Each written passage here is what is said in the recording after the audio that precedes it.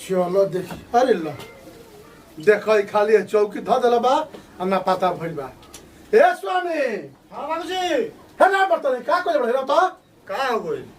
आ तारा कोने के बेड शीट लगा तो चौकी लगा छोड़ देला बड़ा तो लगा दे तो नहीं बड़ा वाला बात तो लगावा सो दे जल्दी ले बा कहां लेके आगो नहीं मैं मत नहीं आ ओकरा नहीं कर ला केरा टेंट वाला की हां बोलना ना नहीं। हाँ ले ला कुर्सिया हाँ सब ले लो। ले न बा हाँ ले सौ दे लगाओ तो जल्दी कुर्सी पे ले जल्दी कुर्सी ले आता तनी फुर्ती फुर्ती काम कर आदमी आ बिल बन भैया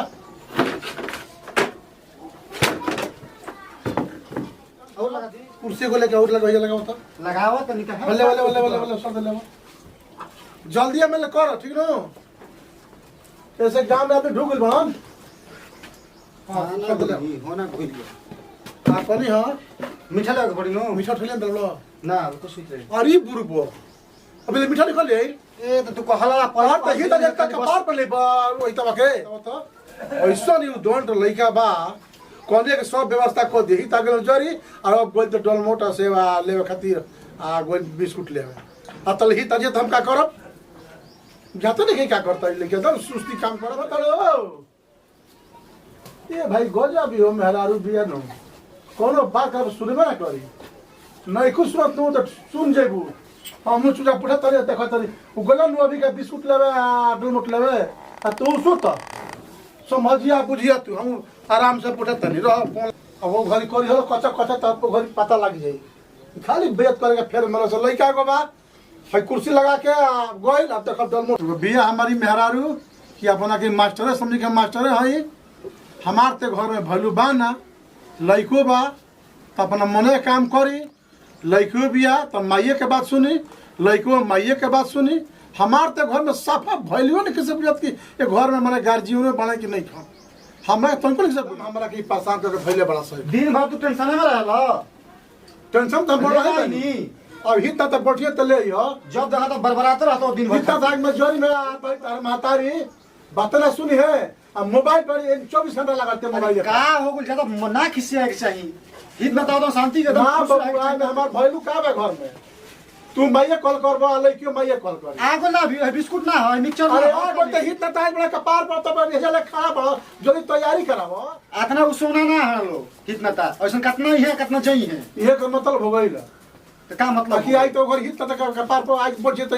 ऐसी करबी तो तू काहे का इतना चिल्लात का अरे भाई हम कहते हैं हित आ गइल बड़ा जोर जल्दी व्यवस्था करो आ कोई तो मोबाइल तन धर वही तो बरबरात रह चिल्लात रह हम जात नहीं हम तो बरबराते बनी कपारे पर तो बुझाई तोहरा बबुआ लड़की होई काहे घबराई न जाना के मुर्गी मारा भुला जाई ठीक नो जहां मुआ नहीं आगे बुझ लो कि तोहरा के बुझा जाई का भाव के पड़ता तो आ जा करल समाधान कर लो वही तनी फोन लगा के देखे दी का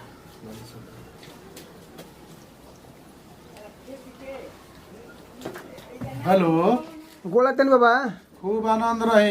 कहीं आ गइल बन जा ठोकबारी के बगल में बन जा हां आदमी से बनो हमें नोट धकाइनु हां सोजर बड़ा धके आई ना आवत नहीं आती एकदम दुआरिये पर चली आई जाने हां एगो पियर मकान बा वही रास्ता से हां जरिए बस ओकर बगल में बनी बस आवते बन जामनी के हां ठीक भाई तनी बहरी आ जाई आज तो मार हाल बनी आई तनी का बलाई एकदम दुआरी अपने कल तरह आई सर अरे सुन तर लो हो हां ए स्वामी ये भाई गजब बस को सुनते नहीं कस हमार ते घर में तोनी को भले देते नहीं कस के का कर दी हम स्वामी हां जी ए पर घरवा में जाओ गाओ में सब जा दुआ पर हमने जब हित ना फिर ठीक बा जल्दी होले अब तू जा अपन बस हो गई गुड़ बने तू कहो कि हम बनी कह तरह बक बक बोला तरह हो गई ला तू काहे कोनो बते पर अंसा लगा तड़ और साथ ही तो सुस्ती धइले बा जल्दी घर तैयार कर माओ लिया के कह दे के पूछे के समझा दी है और तैयार करो जल्दी जा जा तैयारी बोल तो हां जल्दी करे देरी मत करियो जा तू पहले लिया के आवा ना न जाके घरे सुत जई हो हम आवत झटके पर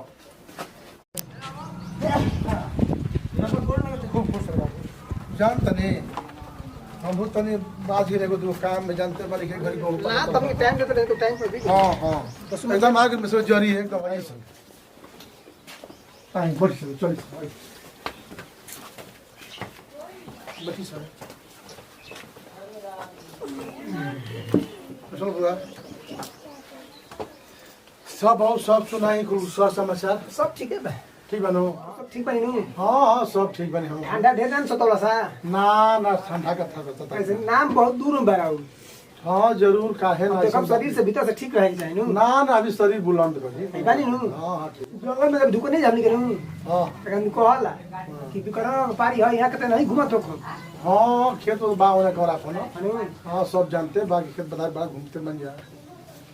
भीतर से टाइट बानी नु हाँ मारा टॉयट बनी चिंता मत करके बाहर पागल बक बने ए तो बारवा पाकले भर बुझे का का अनु करे जानते नहीं परिवार में तनी कुछ बढ़ती हो गई बा लड़की फैकी मैंने बाड़ी से शादी ब्याह के से तन कुछ टेंशन न सुने स्वामी जी बाबूजी आवल है ना बसरो तो आगुनी बाहर लेनी बाहर बगिरा पाग गुल बा अच्छा बाहर का पकल बा सब ठीक बा ठीक बाहर बा पकल बा मन लिखे उम्र कितना होती रहू अभी उम्र का माध्यम में होता एथी करो मलपुआ लगे दूध को तो सब तक पानी पियो ना होता ठीक है बोले बताएं लेकिन एक बात सुनो सुनो हां तनी पहले पानी लेबो ठीक नो यहाँ सब भाई पानी पी हां तो पानी पहले पिया लिया अब हम मलपुआ तो रही रसो तन गुड़वा धुआ दे ना नहीं रहे ए स्वामी तुम कॉल पर धो दिया हमने के स्वामी ना रही सुनो। काम को रह दिया जी तन बोली जा ना ना रह दी स्वामी अरे नहीं लो सुना ना पहले का हो गया पानी पी स्वामी अरे ले के पानी धो देला पहले ही एगो छिपा लेबो ठीक नो आ लोटा ले ली आ गम छे ते सब तनी गोड़ धो दो ना ठीक है ना रह दी छोड़ दी हां धो गया को ठीक बन हमके डाली कुछ जूता मोजा लेके आलो बस कुल लोग का कुल तो प्राण कर ये मारा तो ई ना, रह परंपरा तनी गोड़ धोवा ली मार हमनी के परंपरा आगे गोड़ धो पर धो दिया जा के पहले कुल रहला का खली है बोले चलत लान चप्पल अरे लगा हमनी के में बराबर ही चल चल जूता मोजा जाई लेके आलो बस दिक्कत होई के खोली कुल कैसे कैसे छोड़ी रह दी तो हमनी के परंपरा मत तुरी जा ठीक नो धीरे धीरे सब टूटता रावणा हाँ, तो रावण जूता होते उतारी जा। 70 बरिस रावण नहीं कहत 50 से बेसबानी ए स्वामी ये बात परंपरा ठीक नु बता दो यहाँ सब दिक्कत बा तो जूता मोजा लगाओ ठीक है कोई बात नहीं रह दे बबुआ हाँ अथी करी हो तनी मलपुआ के तैयारी करा दी हो सब तैयारी बा बाबूजी बबुआ रह दी हाँ? मीठा रह दी आज तले पानी रो सब पी तनी पानी लेबो हो आ फल फूल के छोड़ी बाजार में ठंडा में खोखल गई ना रह दी तब सिरफल के रस घरवा दी ना रह पर रह दी हां ना रह दी आ दहियो थोड़े बा ना दही रह दी हां एकदम ठंडा हो छोड़ी मैं परी को ना खा के ना ले हो पानी हां आगुनी बाबूजी आराम से खाई सबे सौरो सब खतरा इला असल में ढेर दूर चाहिए बस तनी प्यासो से लागल होई ये कुछ तो काम हो नहीं करेगा हां वो काम करी हां लड़की पहले दिखाई हमने काम तेरा सब पी लीजा हाँ रस रह दी हां ना हो गई एक बार भोजन कर छोड़ी हां छोड़ी कुल फल तो कहनी कैसे पता ये का बनवा दी कोची की पकी कचिए रह दी हां कहनी कि माने का बनवा दी कोची में जो उचित बुझाए माने हर एक व्यवस्था बा ठीक नो पहला कहीं व्यवस्था करूँ जौन कब तौन व्यवस्था में बनवा दे तब बोली रहो आदेश दी अरे जोन कब जोन रवा चलत होई मेहनत नहीं की कामनी के साला चाहिए देखिए अगर देखिए हमरा तो अटपट ना चलेला लेकिन रउआ सब का जने माने चलत होई तो मुर्गो बा खसियो बिया रवा कुछ चलाई खसी बकरी माने दोनों बा जौन कब तो सादा चाहिए हां सादा खाना नहीं रहो सब तनी बानी मोना का और कहता हल कुल चलत होई माने वो व्यवस्था ना चले रवा सब खाई से हमने के ना चले माने कौन से कमी मत कम से कमी भइला ठीक ध्यान है नहीं रवा कहीं कमी ना होई हां पानी ले बबुआ जी बाबूजी तो तने कह दिया मलपुआ तो ले ला बता ना बोल रह दी बार बोलते तक रह दी दूध खाली से ना दिक्कत भर हो गई हां ना रवा हमने के नाश्ते पानी करा देनी नु हां आई मिलिए गइल आ जोन बोलनी जोन औकात में रवा जन्म कनी हमनी के वो भर हो गई जब रह दी हम तो पहले कुछ रहो सब ना ना ना छोड़ी नाश्ता पानी बहुत हो गई बहुत खियौनी आ बहुत किस्म के बात बोलते नहीं बाकी बात इनकी चाहिए ना उतना चली माने का दिलो सब चलो तो कुछ नहीं ना सादा खाना बड़ी फुलवारा कुल बनवाई जो चलता जो बबुआ तने कह तो तने धोई होई के ऐसी का बड़ी प्रॉब्लम बबुआ सुनी बाबा नाश्ता पानी सब उनको घर हो गई है हां कुछ मन नहीं करता बस लेके दिखाई हमनी के जो साग से दोपहर में जो भोजन करेंगे का हम तो बुची के मैं व्यवस्था कोले बोले कि कुछ कुछ हई हमनी के लड़की दिखाई आ जो ना कुछ बात बोलत है खियावे कहत नहीं हमनी के हां हमनी तो खा पी ले बन जा बाकी मैं देखब जरा ठीक है एकदम मग तैयार हो गया हम जाना तरी खूब बढ़िया से ए बबुआ हमनी बहुत लोग चिन्ह नहीं स्वामी स्वामी देखा घर वगैरह का करे लागल सुन रहा हो जानी देखी भूली नहीं के तैयारी कराई जी बाबूजी अरे है ना आओ कोने के बुचिया के लिए आओ बबुआ तनी पुरान उम्र के बानी पुरान तनी ध्यान दे बाबूजी को बुझा गइल हो गइल सब मालूम बाटे हमरा। का 20 इंच चरण देखल तू आवत रहो। कहत नहीं कि समझ गई बात, बात ना समझे की जरूरत नहीं है। तन समय उम्र देखा बाबूजी पर ध्यान दो। महाराज लड़की देखाइल बिनु। हां तो कर लड़की देखी, अब हमारा के मत समझाई, कोनो हमारा देखे नहीं खियल उड़ा। हम समझावत नहीं की।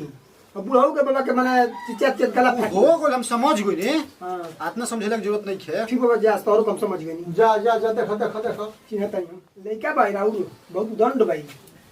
अरे का कहते हमनियो के लेके सांस खींच देबे के जुगाड़ बा। छेक बोली को एकदम खा रहा है के बाद हमा में खा रहा है। हां जी बात है जरूर बा। तुम जानता नहीं हर एक लड़का के दिमाग से दूसरा तरह हो जाता सब। और अब देश के दबाई वाला लइका गोरवा से दबत नहीं के। कहां लिखे रहा नाम एगो लइका बस दबत नहीं के। शायद सब कुछ ठीक हो जाए। अभी बाल लड़का कितना राउ नाम बा जंगल झाचा कहीं उतना हमनी के राइत नु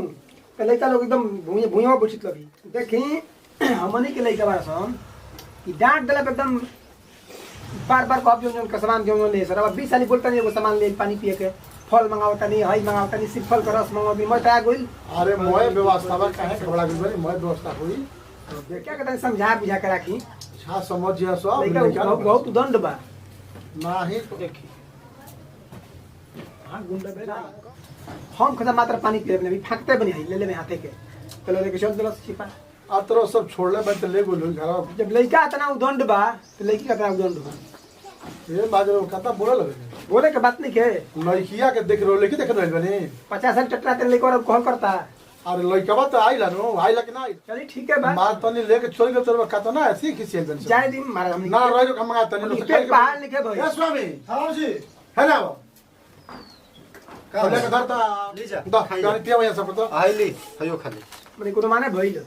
मरवल कोले के हम खाली पानी के पियले तो पी सब है। अरे पियला सब के बिना कहले रवा लेके माज रो कह दिन लड़का उदंड हो हमने कोनो भूखड़ा है का है बिस्कुट जो के खोले लिखी जाम के हटाएंगे कर देखिए के बात समझे का रहुआ तनी अपना एथीएम बोली का बोली तनी रहुआ जो बोला तनी अपना अपने भर सोच समझ के बोली ठीक जो ना काम खतिले में जो काम रहुआ करेंगे का सोचलिया कि मेरा कुछ नहीं खे कोने के हरे के व्यवस्था बनो आ कोने के पान तो पानी पियाई अब पी ले में पानी हो तो महाराज बुचिया के दिखावे कराए के चलते हम ले चल पहले फल फूल का ना खोनी जामनी के रहुआ अपने औकात भर रख के बोली फल का रस मलपुआ रसगुल्ला सुखल सब ताइए गई खाइए नहीं जामनी के रहुआ ने मना करो नहीं हां कि ना खा जा। अरे तो मुहावे न वाला मैं तैयारी कोला पूरी छोड़ दे जाऊ सही हम चिन्हत नहीं कहां छोड़ दे बंगा हां चिन्हत नहीं हम अब बुआ हां बाबूजी का कल जाई अब आइल बनी तो लड़किया देख लियो जो कम से कम तो देख ले बाकी बहुत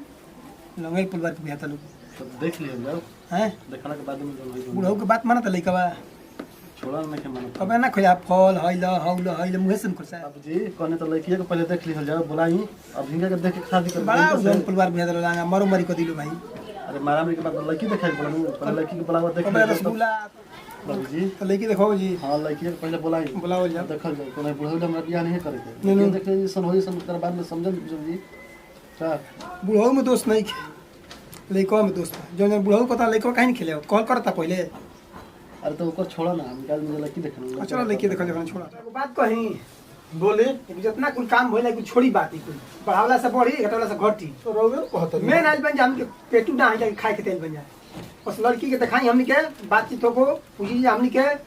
आ जोन तू को होई तो खियाई बना हमके चल दे जाए ठीक बा हम कहा कोनी हम तो कहबे कोनी कि लड़की के बुलाओ तनी तो वही काम करा पहले कुछ लोग सब खा ली तो लेकिन कौन खराब काहे लेकिन किसी आके बताइए काफी तो सही पानी के हो जाते हित तक तो बाद रोगे न कहत नहीं कि लड़का उठा ले गोले आप के पानी ना फिर तो लड़का ले लो वही बात पाके नहीं वही बात के भुला जाई हटाइए करा के ठीक बा धर दिए खुलल नहीं के काम कर जाऊ ठीक बा बुलाओ तनी बबुआ ठीक हो जी है ना बा पहले जा ठीक नो अब बुझिया के लिया होता बस तैयारी बड़ी हां लिया तोरा सब लड़की देखी तोरा सब लाया तनी बात कुछ आगे बढ़े फिर वही बात तो पाके लड़का कॉल ना कर तोरा सब लड़का अब छोड़ी बात तू कुल ठीक बा छूट बुलाई लड़की के ये दिखाई बुलाओ तनी बुलाओ रामे ठीक हो जी जल्दी करा आगुरी जल्दी ले आओ हाँ, ये लो ठीक है बैठाओ तो बजे बजाओ बैठाए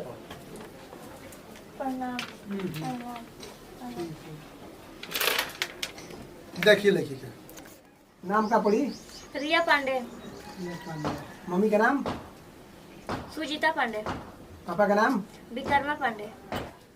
जवान भी पूछे के होके हाँ और से पूछ ली लड़की ग्रेजुएट कइले बिया कौन चीज ग्रेजुएट कइले बिया मतलब कहे मम्मी का पटा दो तरह पढ़ लिखल नहीं जा गेट में ढुकल दिया ना ना तो एची के रुआ से पूछ ली जोन पूछे के बताओ केनियो से लड़की पढ़ लिखल बिया केनियो से हाँ जैसे पूछी जा कोनो दिक्कत नहीं है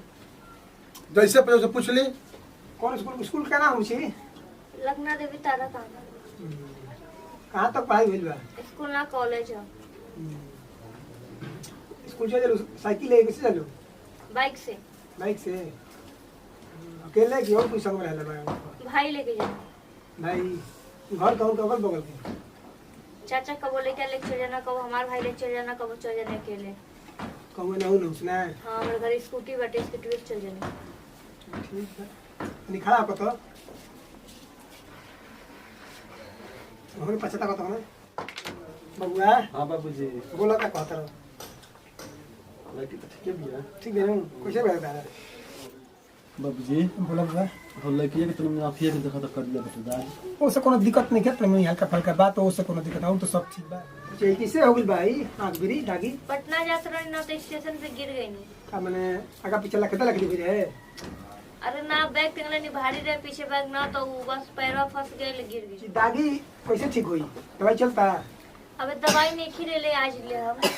माने फाइटिंग में गेम खेललू 2 महीना कराटा सीखले रहनी उहे घाव लागल ना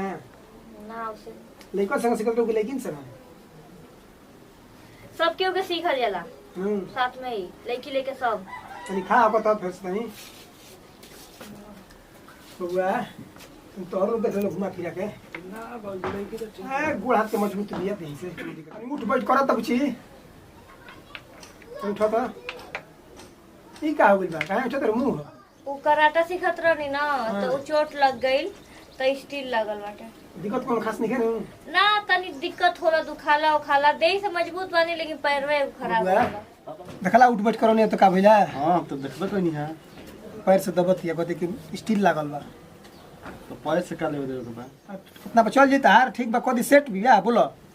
हां तो दिक्कत का बा कर में पैर से तो बालो बच्चा होई तो माने सही होई अब देख लो तू बाल बच्चा होई तो कैसे हो जाए ऐसा हो जाई ना। हमार गोड़ सीधा पता हमरा लखन होई क्या अनु चल जी मेरे को बात नहीं कहनी शादी ठीक करी हां ठीक कर दिक्कत नहीं है कोनो बाकी हो सुन लगो बात हां का 2-4 गो जना लोग के नाक मुंह फोड़ले हां अपन हो फोड़ाले मारल से कोनो देख ली जी इहो पर मिला ली हो तू हां तो फिर मिला लिया कोनो दिक्कत हां वो फाइटिंग उटिंग में सिखले देखो ऊ बबुआ देख लिया अपन तू ठीक न नहीं ठीक बा बाबूजी तारा दिक्कत तारा ऐसा बिसन को कजमौले बिया ऊ अरे ताज मावे ना तो मार के नाक मुंह तार मैं फोड़ फाड़ दी अच्छा देख लिया जी देखबा नु हां तो का कर जी हिम्मत करत ना हां एकदम बबुआ हां बाबूजी अब सेट करी नु हां सेट करे कोनो दिक्कत नहीं है एकदम ठीक बनू हां ए मादर का कइले बनी का बोली रवा लइकबा के देखा नहीं कले के दंड बा हां सबसे बात रवा दंड बनी मतलब क्या में कोनो दन पे नहीं रवा का बात नहीं करते ने भी कुछ नहीं बात करे अभी का बात कही कोनी हां ऊ लड़की कलसिया कम कराटा ओटा सिखले देख ली तो फाड़ दी तो ऐसी कर दी कौन ठीक बा ई रोबिया तो के कर दिया पुरवाइल बनी आ का बोलतनी अभी लगे के कराटा हम सीखिना फाइटिंग सीखिना रवा से मारते उलट के बा हां बोली हां का दंड मिले बनी अभी रवा का बत्ती बनी हां आप पूछ लिखी अभी का बत्ती होते रे लेके के विषय में मैं झूठ बोलते हैं ना बरियारी बती होते हैं हां कौन सा कल बनी बरियारी लगे सब अधिकार रवा उलट बनी रवा बरियारी मतलब हम जने करब निमन घर के बनी आ शादी ब्याह करे बढ़िया में रवा तोरू दंड चलतनी का तबे सर हम कबे सुनत नहीं बात के खाली वो लिहाज करतनी कि हम द्वार पर ले आई मैंने बनी कुछ दिन लगी कि घाव लगल भाई तब कैसे दागी भूलो तब मैं का हो और गए जान गई कि लड़की कराटा सीखले बिया जी तो कहता कि पचको लेके देखले बिया तो थूर देले बिया मुंह फोड़ देले बिया और खाली जो आंसू बोलतनी नहीं अपन लड़को अपन लगावेला मेहनत पानी करेला तो लड़के वाले लगावला तो वो फल काहे बोलतनी बाकी लड़का हमार रही लड़के बाबू का कर से कोनो बात नहीं कि हम समझ ले समझ ले फतरवा कहते कि देखिए 10 गो के फरियाद देले तो हई कर ले और वो खाली सब बात बोलते। का रवा बुहे तनी हवा बनावेला बनी हां हम हां बनावतनी हां कबे हवा बनावते हैं बाबा और कबे से हम देखत तनी सारा वक्त के विषय में हम जानत नहीं सारा चीज जानते हैं कहवाए को मत लगी मैं कहि दे घट दे देखिए बाबू का तो मत जाई हां मैं जानता नहीं हम और हम देखले मेरा औकात रंग मत बनाई देख मेरा औकात हवा बनावता हां नहीं तो बताई करे बनी पागल अरे सही औकात हम जानता नहीं लेकिन एगो लड़की के फेरी के बियाह कर दियो औकात में रही ठीक नु बे रंग मत बनाई कबे लाउ सुनत है कबे ले देखी का बोलते के बार बार कहते कि औकात मत जाई औकात ही हमारा औकात रउआ देखावा ना है सब जानता है का हेलो। कहि दे अभी और मैं हम जानता नहीं उड़ी खुड़ी जानता नहीं सब जानता नहीं हाँ। जानत रही एगो खाली रिश्ता भले के चली रहो से रिश्ता बना दी आकाश सोच कोई नहीं हां अरे फालतू बोल लगनी सब ना गछि हां ना गछि लइका करो कतरी होई बाहुगा लेकिन मैंने करी बस तो लांगा भेटन दे एकदम लंगड़ी फिर बार फालतू बोलतानी का फालतू बोलते हमार लोग देख लो लंगई हम लगा बानी पर परिवार लंगड़ी रमो सके के लंगा बा का लंगा? हां रमो सला के बचका बा अपना द्वार पर लंगड़ी रो कतरी की फट मार दे लइकिया के आती को 10 को करल बिया पौधे कराटा सिखले बनी परिवार बनी एकदम फालतू बोलते रुबा हां बाबूजी का? हरी का ना, हवाई ना, तरह के कहीं हो ए बुढ़ा फरमा दबो होश कर द्वार पर जाए पर मत जा छोड़ बस सेवा करो अब बढ़िया खा गली बुझ लियो द्वार पर फट फालतू बोल पता नहीं अच्छा जंगल में भेंट होई तार बहुत बाबूआ हले कटा तो भेंट होई जाई चलो जाटा जस मरता से बिया करो भागटा लोग कहे जंगल में तू भेटाइए जी बता बदला हम लेके हम कहत रही फालतू बोली मत तू रहे दारू हमनी के भाई नु जहां रहा तो तहां तू देखइयो ठीक बा खाली छोड़ दे फेकर करो तो मजा कर जाती बस ये रोजी रोटी बा बस ठीक बा भेंट हो गइल हो गइल मन पार लियो बाबा मन पार लियो भेंट होइबे करी हमर दारा अभी डलमट पे तीन हाल मंगाओ तरनु हैं तीन हाल को डलमट ले बनो ना तो सरी मत हाँ? खइने जा खाता डलमट हम तीन हाल जानता नहीं अब कावाई में तार लोग आदत पे है कि घूम घूम खाई हनु आ जाके दोसरा के दो बेइज्जती करी 20 प्रकार बोली आए को जौ के बिस्कुट ले आई या कातनु जाओ के बिस्कुट लाऊ ठीक है भेंट हो जाई बदला ले ले बिस्कुट को मिलल होई कहीं ना कहीं बदला ले भी ठीक बा बदला? वो तरह बदला चली जा तारा लोग अस्कतला जाए ठीक नो जाके हम गलती कइनी हनु अब तू हमरा के देखबो हां तारा दुआरा पर चहब लगा ले हेलो। हां अब तन चलियो अब आप पर का मुंह दिखाइयो जंगल में घुमेला नु भेंट हो जाई जंगल में भेंट जंगल में के द्वार पर चलो का द्वार पाल बनी ई मत मुझे काम अथी बनी ठीक नो लेकिन खाए ता मत ठीक बा हो गइल नु रोशन चली जा नाक बंद बुआ इनका कसरम में मसम की टांग ले जा ठीक बा हमनी के देख ले जा रोगाई टांग आश्रम में हमरा आवे के जुगाड़ बा टांग ले जाई जा ठीक बा चलिए चली चल चली चली चलो चल चल चल चल ठीक बा चली चली दिखाओ तर तमाशा ये तालो को पैसा